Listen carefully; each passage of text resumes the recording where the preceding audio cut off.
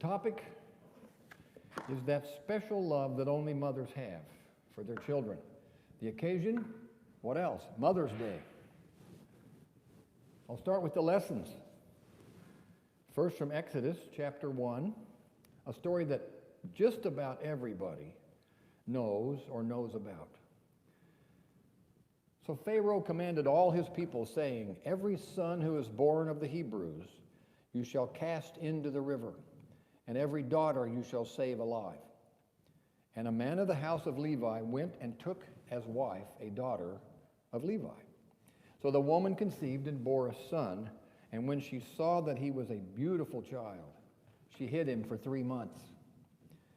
But when she could no longer hide him, she took an ark of bulrushes for him, daubed it with asphalt and pitch, put the child in it, and laid it in the reeds by the river's bank.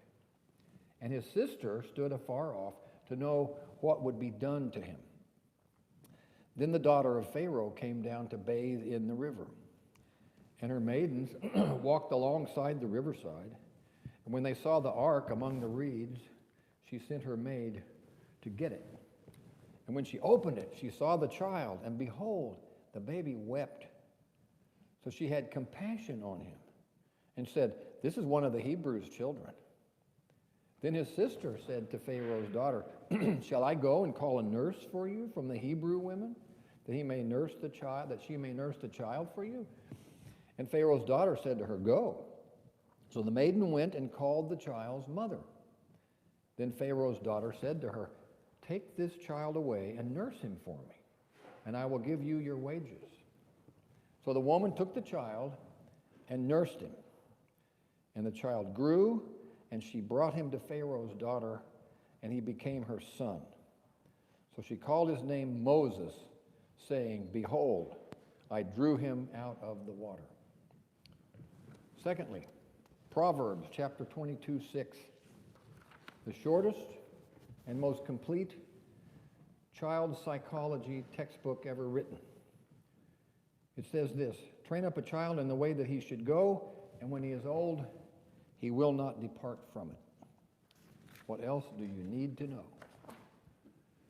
From the Writings for the New Church, Spiritual Experiences, number 1906. The love of little children, called storge, is so universal in all that is alive, because this aura, emanating from the Lord through the innermost heaven, where infancies dwell, surrounds and touches especially little children, then also the parents, and especially mothers, because they are forms of affection. Little children are especially touched by it, as is evident from the innocence in their face, their speech, and their gestures, which then touches those more grown up in addition to the universal aura. This emanation, wherever it meets with an ability to receive it, touches the receiver, causing a union, especially of mothers with their little children. And from the book Love and Marriage, number 134, people are not born with any knowledge, so that they may come into every kind of knowledge, and so progress into a state of intelligence, and through this into wisdom. For example, when a person is first born, they're like ground in which no seeds have been planted, but which is yet capable of accepting all kinds of seeds and germinating them and bringing them to fruit. An animal, on the other hand, is like ground already sown and filled with grasses and plants, which does not accept any other seeds than the ones it has. So too, the person does not come by birth into any love, in order that by applying various kinds of knowledge with intelligence, they may come into every kind of love, and through love for the neighbor, come into love towards the Lord. This is so that they may be conjoined with the Lord, and by that conjunction, they can become fully human and live to eternity. So when she opened it, she saw the child, and behold, the baby wept. So she had compassion on him. One of our lessons today was about the difference between human infants and baby animals. How animals come with all their programs pre-installed, so to speak. But humans are born, as it says, without any knowledge, so that they may come into every kind of knowledge, and so progress into a state of intelligence, and through this into wisdom. Unlike all other animals, humans are born clean slates with virtually no knowledge, just some neurological reflexes for eating and basic protection and a few instinctive behaviors for survival. You see, they're helpless, and they must be taught everything they need to know. The why of this is important. Expanding on the theme of our lesson, the teachings for the new church tell us that a person is not born with knowledge as animals are, but is born with a capacity and inclination, a capacity for learning and an inclination to love. Moreover, they are born with a capacity not only for learning, but also for understanding and becoming wise. Inborn patterns of knowledge and affection limit that progression, whereas an inborn capacity and inclination do not. A human can therefore be perfected in knowledge, understanding, and wisdom to eternity. An enormous difference between humans and other animals. We are born helpless and clueless, so that our capacity to learn, to become fully human, is limitless, like a new computer with an infinitely large hard drive and a single program installed at the factory by the Lord that allows us to learn more and more and more forever. We are born to become angels in heaven. But without the proper education in all things natural, civil, moral, a child's mental life would perish. And if they and all the children like him and her were to perish, then our world, our culture, and heaven itself would perish too. This almost happened once. The Lord himself had to come into the world to set things straight. Merry Christmas. So when a child is born, the Lord has us come together to listen to the baptismal vows of the parents of these clean little slates. They publicly proclaim their promise to keep that from happening. That's not easy. So we, their families, friends, neighbors, we make our vows too, sort of, to help provide the right environment for the parents and the child as they go about this risky business of training up a child in the way that he should go. It's a hard job, but it must be done. And the more support there is for the parents, the better it will go. And as we shall see, the Lord helps too, in a very big way, to ensure that these new humans keep coming his way into the kingdom of heaven. You see, thanks to the Lord, caring for children comes naturally to mothers. It's a completely unknowable thing. It's remarkable. A young girl grows up, adolescence, early womanhood, has a baby. What does she know about babies? Oh, everything. Where does that come from? It's uncanny. Even bad people love their children, we're told. And mothers are instinctively inclined to love their children, to provide for them, to protect them from harm, and to prepare them for independent living. How does this come naturally? Well, the teachings for the new church call this instinct storge, S-T-O-R-G-E.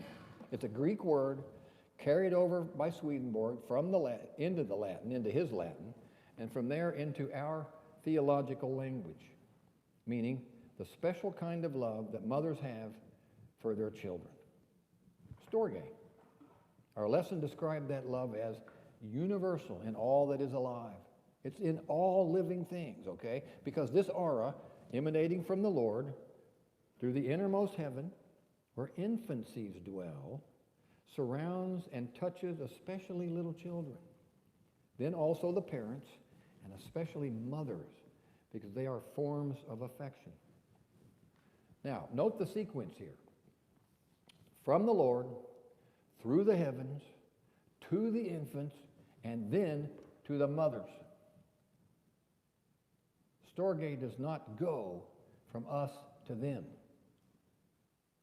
It radiates to us through those little babies whose very souls dwell in heaven. No wonder everybody loves to hold a baby and listen to the sounds that it makes.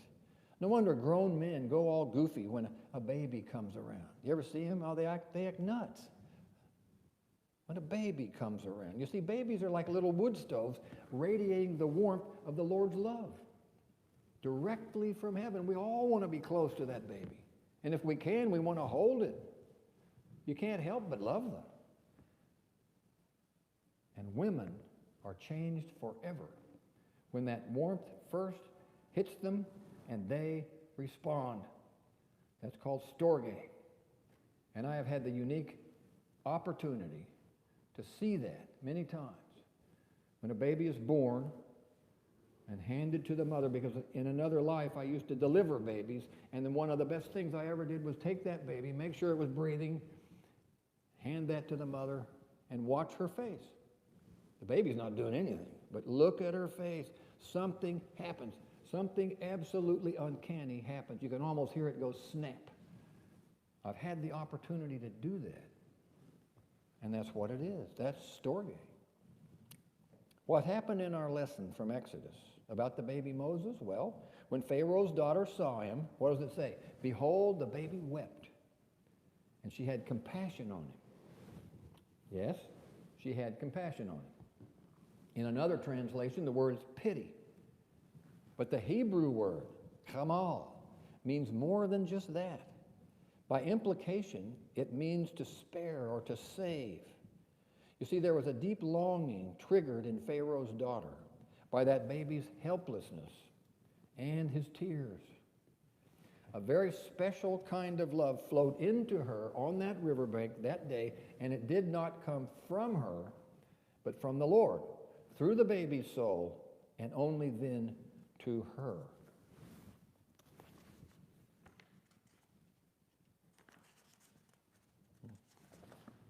But you know, there is nothing unique to those circumstances.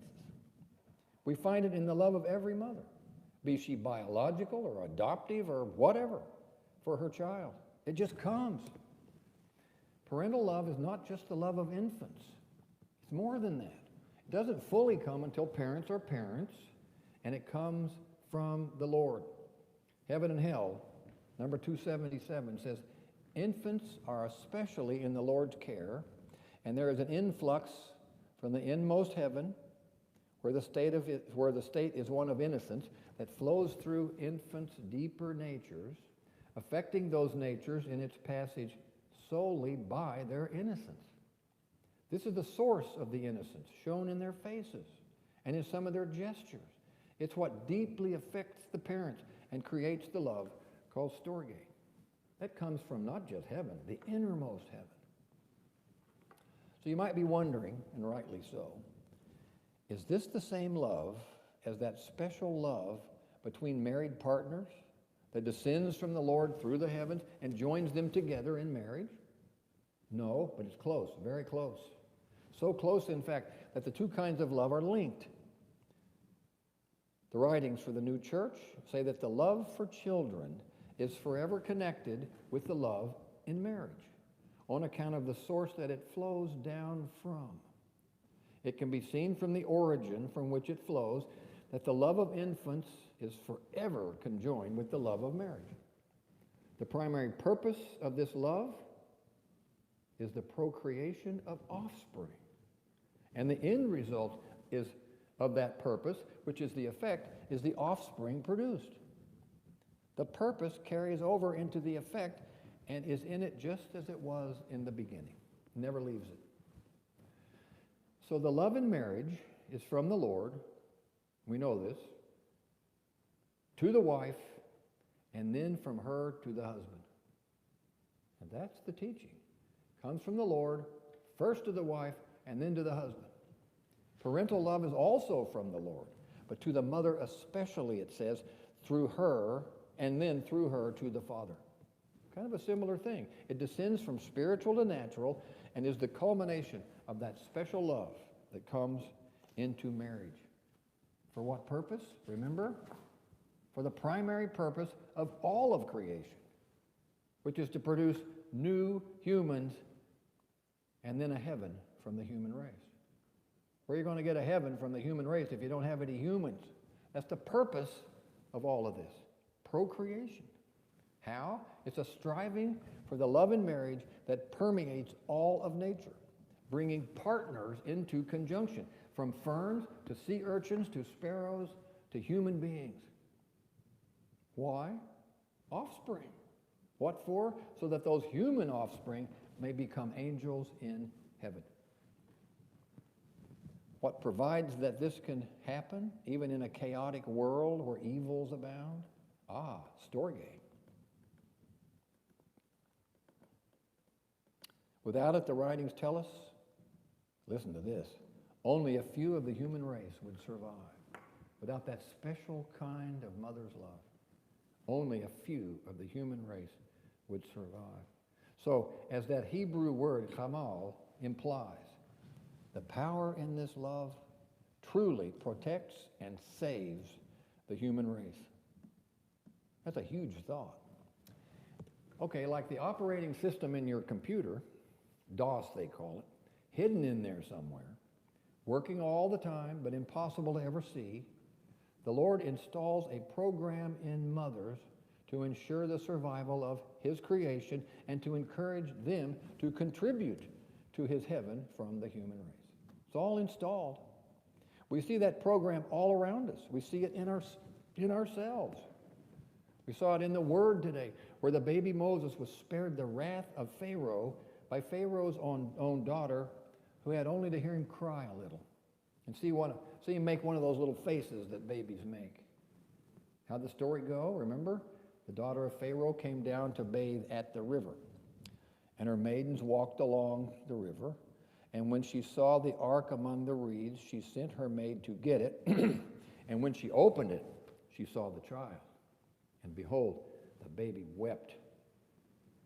So she had compassion on him, and bam, she was hooked right then. It happened. It's that same thing. You can almost hear it. It worked. She loved him. And she must have trained him up in the way that he should go, because when he was old, the Lord made him the greatest of all the prophets. So somebody did a good job with Moses. Why do mothers love those babies who come their way? Not to save the babies, although it does. It's to save themselves. It is to save our culture. It is to save our world. And it is to save the very heavens themselves, through which the Lord flows, bringing the means to do all that work. Storge, the love that mothers have for their infants, that they pass along to their husbands. It's the Lord's love for all of His children.